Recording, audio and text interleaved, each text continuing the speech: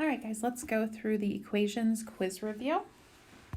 So on slide 2, we have 2.5 equals x over 4. So remember, anytime we're solving equations, we are going to keep it balanced. We like to draw a line down the middle to help make sure we are going to keep it balanced. And we're going to do the inverse operation so that we can isolate our variable. So we're doing the opposite operation to get our variable by itself. So here it's x over 4. Remember, this is the same thing as x divided by 4. So the opposite of that would be to multiply by 4. Same on the other side. We have to keep it balanced, do the same thing on both sides. So now on the left, 5 times 4 is 20. Carry my 2. 4 times 2 is 8 plus 2 is 10.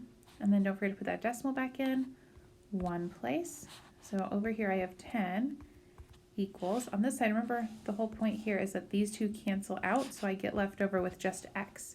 So x equals 10 is my answer. Remember, you can always check yourself by substituting it back in. So if I substitute it into the original equation, instead of x over 4, I'll say 10 over 4. So 10 over 4, 10 divided by 4. 4 goes into 10 2 times, which is 8. Add my decimal and my 0. 4 goes into 25 times. 2.5 is what I was trying to get, so I know that I got this right, and we get a happy teacher. All right, next one. Draw your line, keep it balanced. So I have 7.05 plus w is equal to 13. So this is an addition problem, which means I'm going to do the opposite and subtract 7.05. Remember, you're always using the number that is with the variable, whatever number is on the same side as the variable. I'm going to go ahead and do my work off to the side just so I have a little bit of space. So remember, when I line this up, I have to line up the decimals. That whole number 13 has a decimal after the 13. So then my 7.05, put my placeholder zeros. Now I'm going to need to borrow because I can't take 0 minus 5, so borrow all the way back here. This 13 is really like a 12, which makes this a 10. Borrow from that to make it a 9, and now this is a 10. So 10 minus 5 is 5, 9 minus 0 is 9, bring down my decimal, 12 minus 7 is 5. So I get W equals 5.95. And you could check your work by substituting this back in, and you will get 13. All right, next one, draw your line. When the number is right next to the variable, remember that's multiplication, so we're going to do the opposite and divide by 1.6. Divide by 1.6. Again, I'm going to do this work off to the side, so the 64 goes inside of my house, and the 1.6 goes outside. I need to slide, baby slide, my decimal over to make it 16. Here the decimal is right here after the 64, so slide that over and add your placeholder 0. So now it's really 16 on the outside and 640 on the inside. Okay, there's my decimal, bring it up. So 16 does not go into 6, it goes into 64. 16 times 4 is, let's see, 6 times 4 is 24. 64, so that goes in perfectly. Nothing left over, but I still have this 0 I need to bring down. 16 goes into 0, 0 times. So I get H equals 40. Not just 4, 40. Don't forget to go all the way through all the zeros, all the numbers. All right, next one, draw your line. It's a subtraction problem, so I'm going to be adding 0.83, adding 0.83. And do my work off to the side so I can line up my decimals. 6.4 plus 0.83. Add that placeholder 0. 3 plus 0 is 3. 4 plus 8 is 12. Carry my 1. 6 plus 1 is 7. Now we're going to bring that decimal straight down. So I get M equals 7.23. All right, next one. Draw your line. It's addition, so I'm going to do the opposite and subtract 3.9. from both sides. Always keep it balanced. Line up my decimals. 7.51 minus 3.9. Don't forget that placeholder 0. So now 1 minus 0 is 1. I can't do 5 minus 9, so I do need to borrow. Make that a 15. 15 minus 9 is 6. Bring down my decimal, and then 6 minus 3 is 3. So I get G equals 3.61. All right, draw your line. It's a division problem, so we are going to multiply by 1.3, multiply by 1.3. Do my work over here to the side, so I have 2.7 times 1.3. Remember, you do not have to line up your decimals. It just so happens that they do. You always line up the last number. And now I'm going to multiply. So 3 times 7 is 21. Carry my 2. 3 times 2 is 6. Plus 2 is 8. And then tick, tack. Ooh, whoopsies, I tacked the wrong thing. Tack, toe. 1 times 7 is 7. 1 times 2 is 2. And add it up. So I get 1. 7 plus 8 is 15. Carry my 1. And 2 plus 1 is 3. And then don't forget to put your decimal place back in. 1, 2, 1, 2.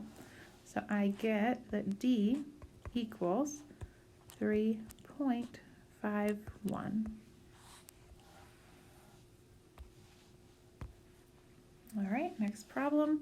Draw your line. Right now, the number is right next to the variable, which means a multiplication. So we are going to instead divide by 0.04. Divide by 0.04. Okay, so the 0.5 goes inside the house. The 0.04 goes outside of my house. I do need to slide, baby slide, 2 times. 1, 2 times. Since I went around this empty space, that's a placeholder 0. So really, I'm going to rewrite it. I have 4 on the outside and 50 on the inside. Now 4 goes into 5 one time. Subtract and bring down. 4 goes into 10 2 times, which is 8. 2 left over. Don't forget, there's my decimal, which I can bring up, and I can add a 0 to bring down. So 4 goes into 20 5 times exactly. So I get F equals 12.5. All right, next one. Draw your line. It's a subtraction problem, so we will add 4.03 to both sides. Okay, we do need to line up our decimals. So remember, in your whole number, it's at the end. So we have 18 point, and then line up the 4.03. These placeholder zeros, and add 0 plus 3 is 3, 0 plus 0 is 0, bring down my decimal, 8 plus 4 is 12, carry my 1, and 1 plus 1 is 2. So X equals 22.03.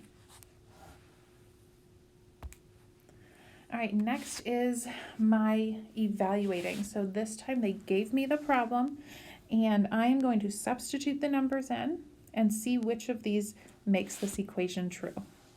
So remember, first thing to do is rewrite the problem with the numbers they gave us here. So 2 parentheses, 2 instead of x plus 9 equals 28. And then I'm going to use my order of operations to solve it. So 2 plus 9 is 11. The 2 right outside of the parentheses means to multiply. So when I do this step, I'm going to multiply. I get 22 equals 28. Well, 22 does not equal 28, so no. Same for the next one. 2 parentheses, instead of x, we're going to use 3 plus 9 equals 28. Step 1 right here. 9 plus 3 is 12. The 2 outside tells me to multiply, so 2 times 12 is 24. 24 equals 28, while 24 does not equal 28, so no. And next one, 2 parentheses 4 this time, plus 9 equals 28. 4 plus 9 is 13, equals 28. And then 2 times 13 is 26. 26 equals 28. Still no. So none of those worked, and that is okay. We don't always have to give you a number that makes it true. You could prove that they are all wrong. Okay, same thing for this one. So we're going to substitute it in. Here the 7 is right next to the A, so remember that means we're going to multiply them. So when I write it down, I'm going to put that multiplication sign there as well. So I've got 0.84 equals 7 times 0.12. Okay, I need to solve this, so I'm going to write it down here. 0.12 times 7. 7 times 2 is 14. Carry my 1. 7 plus 1 is 8. Put that decimal back in 2 spots. So I get 0.84 equals 0.84. And guess what? That's correct. So yes.